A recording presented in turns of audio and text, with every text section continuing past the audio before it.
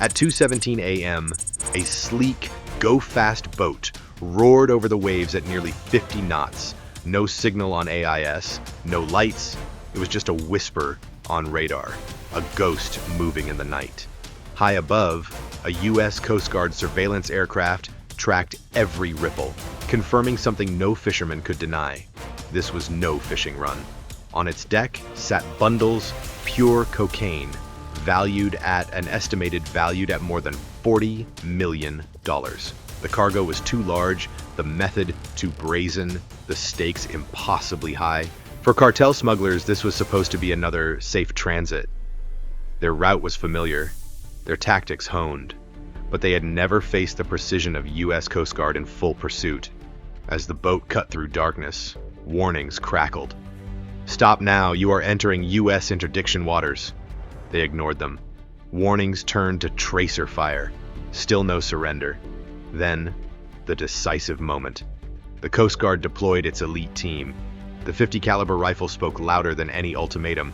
It cut through engines one by one until speed, defiance, margin for escape, all lost. What happens when smugglers think they have night, speed, and boldness on their side, only to meet a force rigorously trained, heavily equipped, and unyielding? If you want to see how every step, from radar blip to burning boat, played out in relentless detail, you're in the right place. Make sure you subscribe to Military Power, because we're about to unveil exactly what unfolded. At near midnight, an HC-130J surveillance aircraft was sweeping the water below, its sensors primed, eyes scanning for anomalies. The aircraft's mission control noticed something strange. A vessel moving at nearly 50 knots, completely dark, no AIS beacon, no fishing nets, no flash of deck lights, just the silhouette of something meant to outrun discovery. Inside the cockpit, operators flicked through electro-optical/infrared cams. 5 bodies appeared on deck, crouching beneath a tarp, large bundles visible in their outline. Every careful movement broadcast up the chain. The operation control room aboard the cutter Kimball lit up. Data streamed via Link 16. Speed, heading, engine heat, bearing, all transmitted to the cutter and other assets waiting beyond the horizon. HC-130J aircraft, part of a fleet that recently surpassed 100,000 flight hours in support of long-range surveillance, had already proved its value in counter-drug operations. Meanwhile, the cutter Kimball, a Legend-class national security cutter home-ported in Honolulu, had seized over $214 million worth of cocaine during its Eastern Pacific patrols earlier in 2025. These are not isolated numbers. They demonstrate that America's maritime enforcement is no longer reactive, it is proactive, relentless. As the go-fast boat cut through darkness, the Kimball moved in silent chase. The aircraft followed, shadowing. Radar confirmed the speed, then confirmed the vessel's lack of AIS, lack of response to repeated electronic interrogation. Infrared view saw bursts of spray as water churned under powerful engines. Control center operators toggled lines of communication to Kimball, to airborne units, to the helicopter team waiting on deck. From this point forward, every move the cartel makes, every attempt to change course, to accelerate, to hide, is visible to U.S. forces. What once was the ocean's refuge had turned into a hunting ground. Unbeknownst to smugglers, the boundary of evasion was shrinking with every transmitted data packet. The chase had already shifted. The balance was no longer in favor of darkness and speed. It was tilted toward detection, targeting, interdiction. The question that hung heavy: could this airborne detection truly force a confrontation that ends in capture? Rotors spin into the night. Plans on the bridge snap into action. Cutter Kimball's officers did not launch on instinct. They charted interception geometry, calculated fuel margins, and plotted where a 50-knot go-fast might try to outrun them. A surface cutter brings endurance and command, but it cannot suddenly become airborne or slice corners. So the strategy was never brute force. It was timing. Put the right asset in the right place at the right moment, then tighten the noose until the smugglers run out of options. From Kimball's flight deck, an MH-65E Dolphin shuddered skyward, carrying the Coast Guard's sharpest counter for this exact threat. HITRON, the Helicopter Interdiction Tactical Squadron. HITRON crews are trained to convert aerial advantage into lawful, surgical outcomes, stopping engines, not people, so that a sprint across open water becomes a contained box. That doctrine has paid off repeatedly. HITRON's interdictions have become a central wedge in maritime drug enforcement. Seen from the air, the chase looked different. The go-fast could only run straight, locked to the sea, while the helicopter could slice corners, appear ahead, and collapse escape corridors. Cameras streamed back infrared images, heat signatures from men crouched under tarps, spray thrown by straining engines, every movement recorded and relayed to Kimball in real time. The ocean, once wide and anonymous, was narrowing into a trap. It was the classic image of cat and mouse, except this time, the mouse was carrying more than $40 million worth of cocaine. On board that tiny, roaring craft, the smugglers relied on one credo: speed. They had been counting on night, momentum, and familiarity with routes to beat enforcement. But once the helicopter established its position, that speed turned from asset to liability. The helicopter could cut the corner, show up ahead of them, and leave the boat with two bad options: surrender or a desperate, risk-filled run. Warnings came first, loud, legal, public. Tracer fire across the bow followed. Still they surged. That refusal is what removes ambiguity. It forces a calibrated escalation. HITRON does not escalate carelessly. The unit drills for minutes like this. Precise targeting of propulsion, controlled use of anti-material fire, and coordination to allow surface teams to board safely. In practice, that choreography, air detection, helicopter containment, disabling fire, and boarding, has repeatedly turned fast runs into controlled arrests, and it scales up the Coast Guard's ability to take multi-million-dollar shipments out of circulation. Recent Kimball patrols, for example, have offloaded massive hauls and demonstrated why layered tactics work at sea. Imagine the scene: a helicopter slicing ahead of a dark hull, spotlights painting the wake, radios crackling with orders. The smugglers press the throttle because to stop feels like losing everything. But the air advantage has already closed the lanes. The sea that once hid them now shows every motion. In that shrinking box, choices are stark. If you were the crew with millions on deck, would you floor it and gamble everything, or climb down, give up the run, and face justice? The moment answers that question decides not only this chase, but the message sent to every cartel plotting another midnight run. Night had deepened when the MH-65E helicopter crested the horizon, its spotlight carving through darkness. Over comms, the long-range acoustic device came alive. A voice boomed. "This is the United States Coast Guard. Stop immediately. You are entering interdiction waters." No response. Silence. Below, the go-fast boat's engines roared on, slicing waves, mocking the command. The cartel crew believed darkness still protected them. Minutes passed. The warning escalated. The Coast Guard fired tracer rounds across the bow. Red streaks across black water. Clear, visible, non-lethal signals to halt. Yet the vessel surged forward, bow-cutting spray, refusing to yield. The men on deck crouched. The tarp shifted. No fear visibly registering, only resolve. They thought U.S. forces would not risk lethal measures mid-ocean, far from sight of public scrutiny. They judged their odds: night, speed, raw momentum. Cartel mentality at this moment reveals its gamble. Speed is not just escape, it is defiance. Every knot they hold, every surge, they believe the U.S. will falter, hold back. They assume warnings suffice, that international law or concern over collateral damage will restrain any direct strike. But that assumption is dangerous. The Coast Guard does not make assumptions. It builds rules of engagement, drills for noncompliance, designs contingency after contingency. In previous operations, when warning shots failed, disabling fire was the next stage. For example, the Coast Guard has, in Multiple interdiction missions seized vessels after several attempts at warning failed. They used disabling shots only when no other compliance came. Now the escalation felt inevitable. From helicopter, the sensors tracked each impulsive movement. From cutter to chopper, the decision-makers watched the boat refuse every chance to stop. The night air crackled with tension.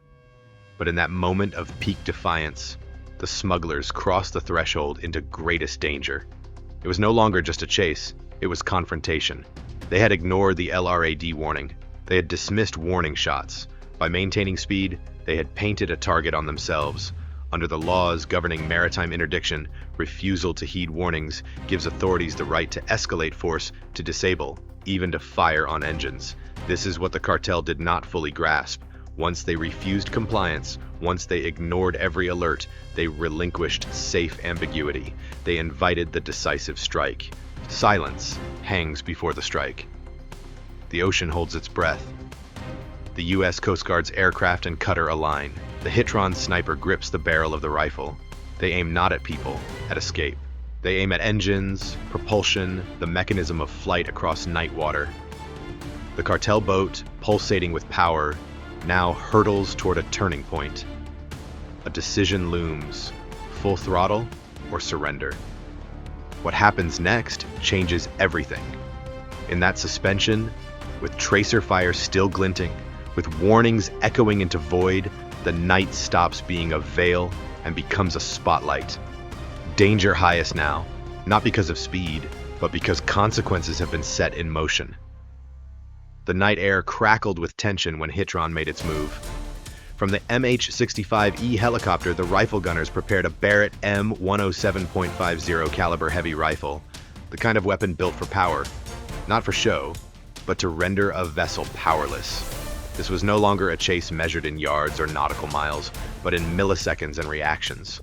Moments earlier, warning shots and commands had gone unheeded. The Go Fast, darting across waves at near impossible speed, still refused to stop. Then came the moment that changed everything. The Barrett's first round punched through the air. It smashed into the first outboard motor, tearing through prop housing, mangling critical parts. Smoke and oil sprayed. The engine spasmed, then died. The boat's bow veered slightly, the wake shortening. That was engine 1. As the pulse of the ocean's waves slapped against hull and outriggers, the gunners locked onto engine 2. Another shot cracked. The same precision. A hit to exhaust manifold, crippling fuel flow. The motor stalled, a shudder ceasing its howl. The boat lost more than speed, it lost balance. In quick succession, engines 3 and 4 followed. The Barrett rounds flew one after another, each aimed not to maim crew, but to disable propulsion. The structural design of go-fast vessels uses clusters of outboard engines for both redundancy and raw speed. Take out one, the boat fights to stay on course. Take out multiple, and it deteriorates into drift. Less than 60 seconds later, the go-fast boat was dead in the water. Speed plummeted from 50 knots to 0.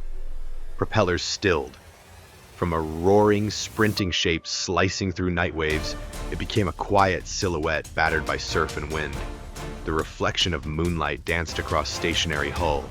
An enemy stopped not by size or hull strength, but by precision, training, and rules designed to use force responsibly. This kind of disablement is textbook Hitron. The squadron has been officially credited with using precision rifle fire from the helicopter to disable the vessel's engine in several recent interdiction operations.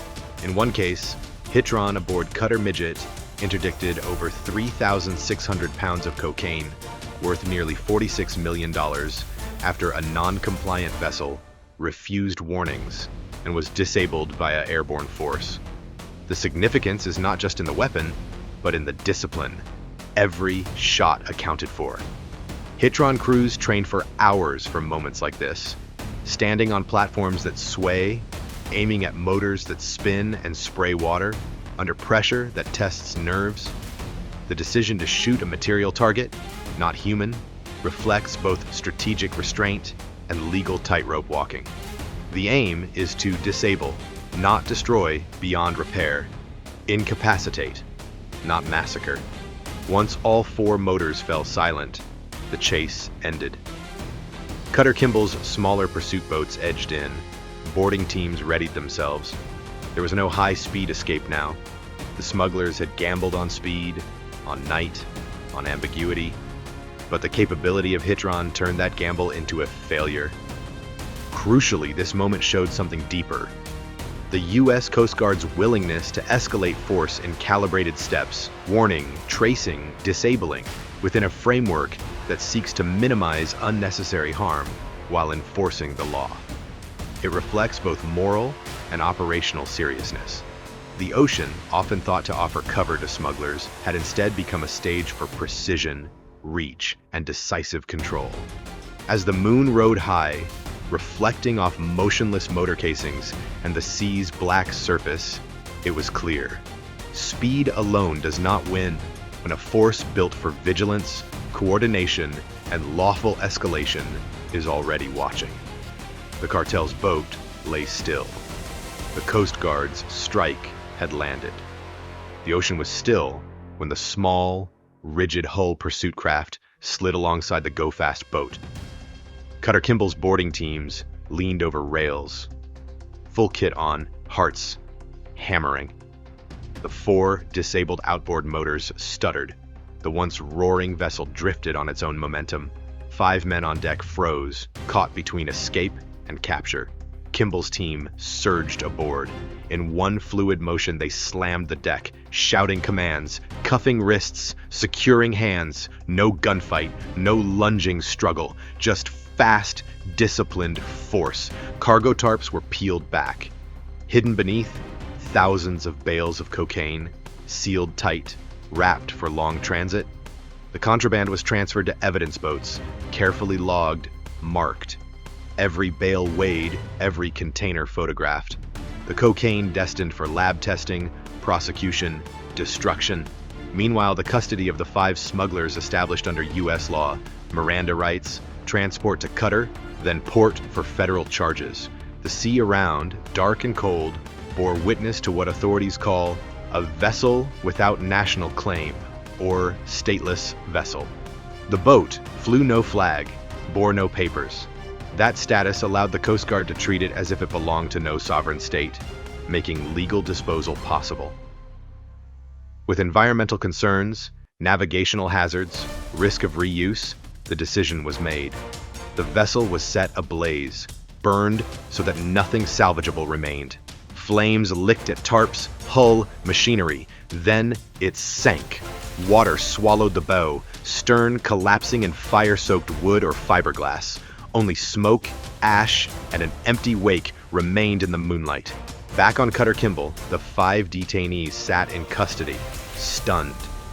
The cocaine, hundreds of millions in illicit value, was bundled and secured for transport to shore. Photos were taken, reports written, case files built, evidence chain preserved, so every ounce, every shred could hold up in court. The variables of ocean, weather, fire, and drift were accounted for. The cost was clear. Cartels lose not just product, but route credibility, crew morale, trust in safe passage.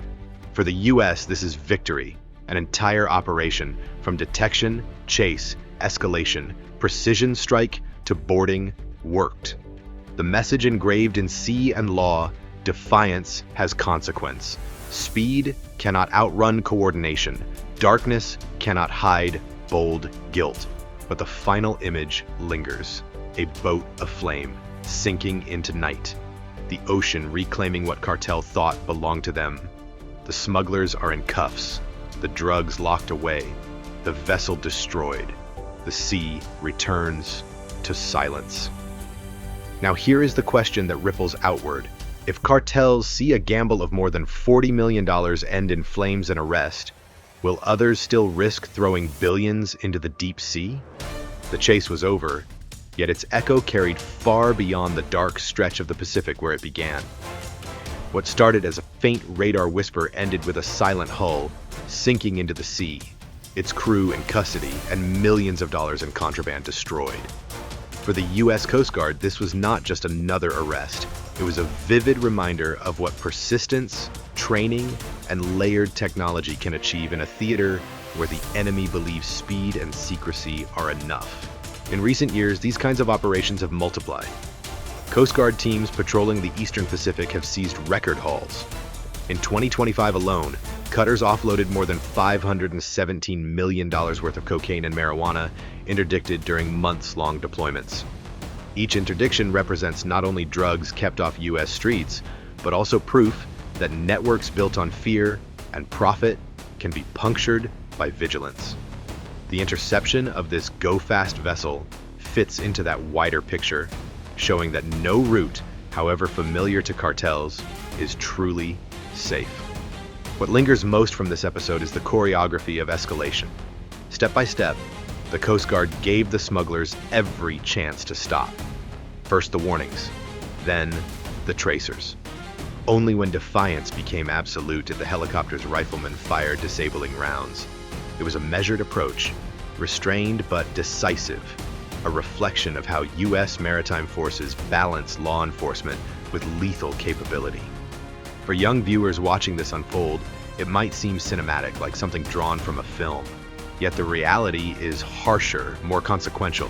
Real officers, real weapons, real risks in a fight that shapes the security of entire coastlines. And so, as dawn broke over the Pacific, the sea was calm once more. The smugglers were shackled, the drugs were logged, the boat was gone. But questions remain.